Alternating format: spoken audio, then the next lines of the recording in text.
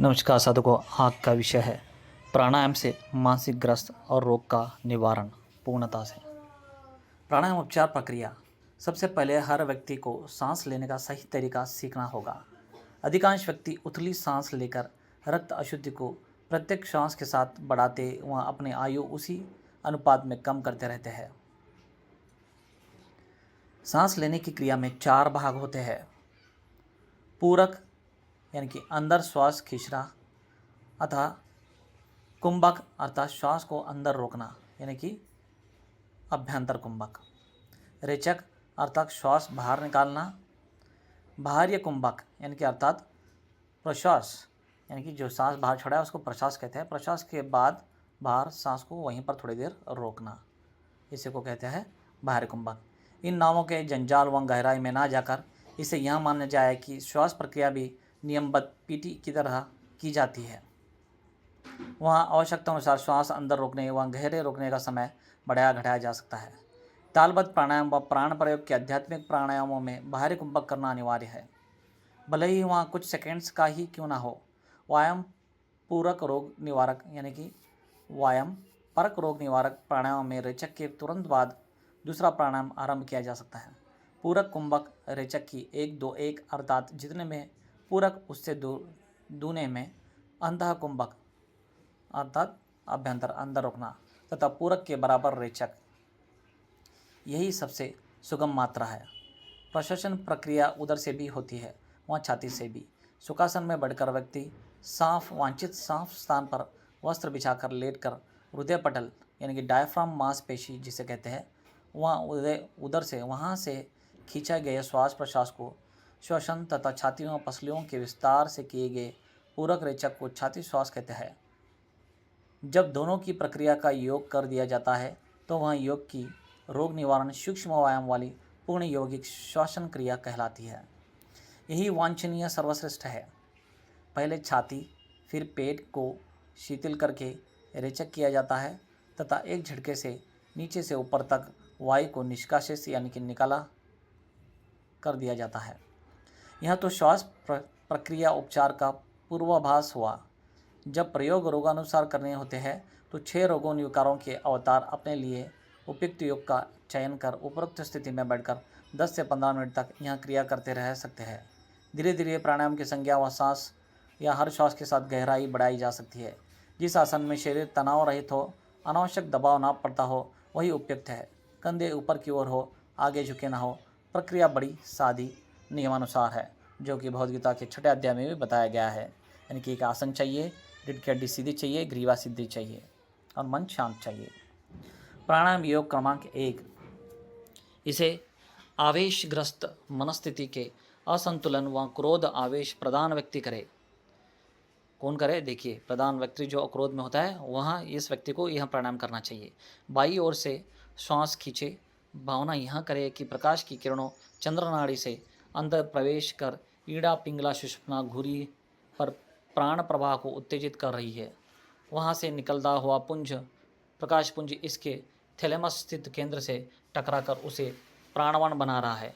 जितनी देर सांस रोके यही भावना करे कि आवेश अब शांत होता जा रहा है, मनस्थिति संतुलित व व्यवस्थित बनती चली जा रही है एवं केंद्र जहाँ पहले अंधेरा था अब प्रकाश से भरा हुआ ज्योतिपुंज बन गया है। रेचक के साथ जो दाई ओर से किया जाता है यही भावना की जाए। देखिए, रेचक के साथ भी वही भावना करना है, पूरक के साथ भी वही भावना करना है। सिर्फ ध्यान देना है कि कितना देर करना है। अपने अंदर थे वे प्रश्वास के साथ बाहर निखिल ब्रह्मांड में निष्कासित किए जा रहे हैं। पीला या मैला प्रकाश बाहर जा रहा है और धीरे धीरे आवेश शांत हो रहा है। यही भावना हर क्रिया के साथ की जाए, हर बार इन संदेशों को दोहराता चला जाए। प्राणायाम योग क्रमांक 2। इसे कौन करे? इसे सनक भ्रम व अकारण भय से ग्रस्त मनस्थिति के व्यक्ति करे। कैसा है? आगे सुनिए। इसमें बाएं से दाएं फिर दाएं से बाएं वेगपूर्वक कुंभक रेचक और क्रम बार बार किया जाता है। हर बार पूर्वदा क्रम से पूरा होने पर यह कल्पना की जाए कि मस्तिष्क के फव्वारे के साथ उत्सर्जित प्राण प्रवाह का स्फुलिंग ऊपर उड़ता हुआ पेपरहल कॉर्टेक्स स्थित केंद्र से टकराता उसे जगाता हुआ प्रकाशवान बनाता है।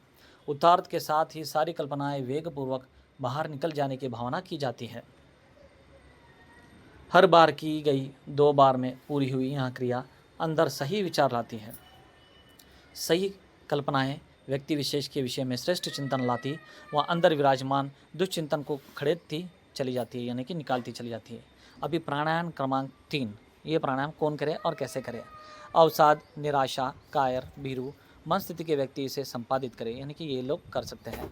इस बार सांस दाई से ओर से, यानी कि सूर्य नाड़ी से खींची जाए, वह पूरक के साथ सही ध्यान किया जाए कि आशावादी प्रसन्नतादायक विचार अखिल ब्रह्मांड से अंदर प्रवेश कर रहे हैं।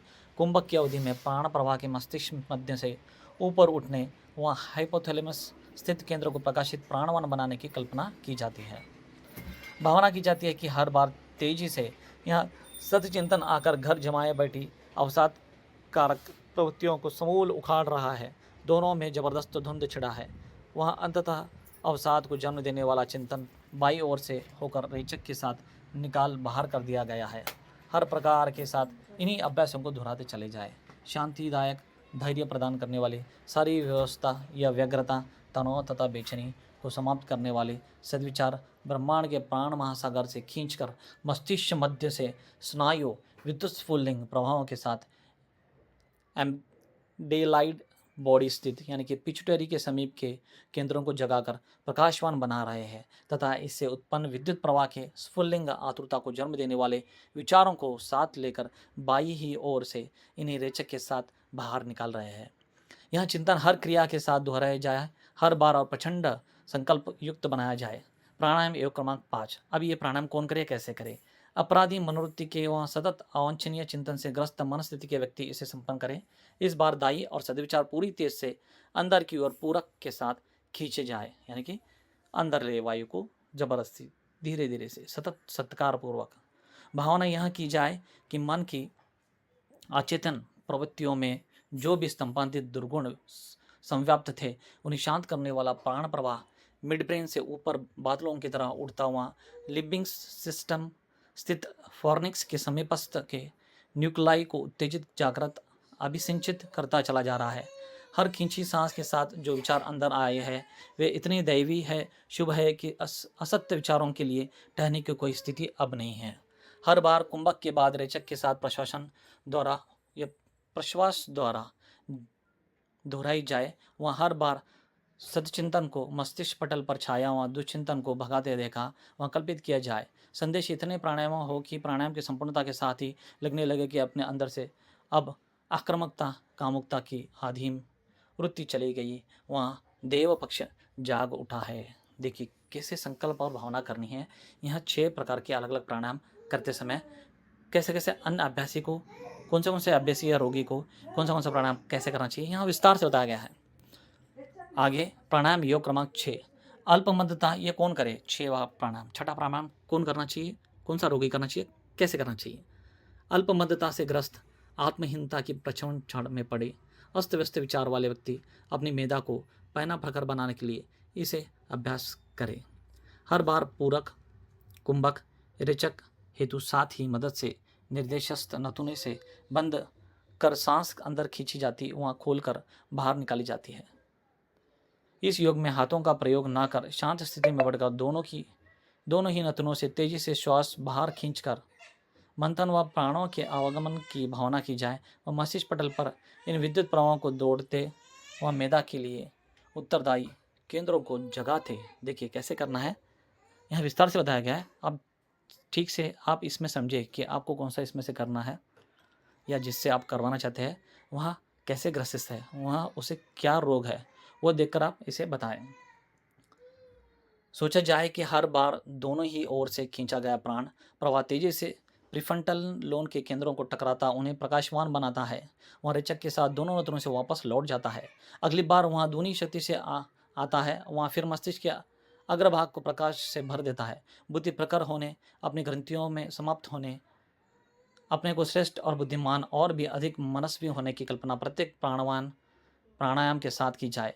प्रत्येक बार दोहराया गया यह अभ्यास पूरे स्नायु प्रवाह को सक्रिय बनाया चला जाता है।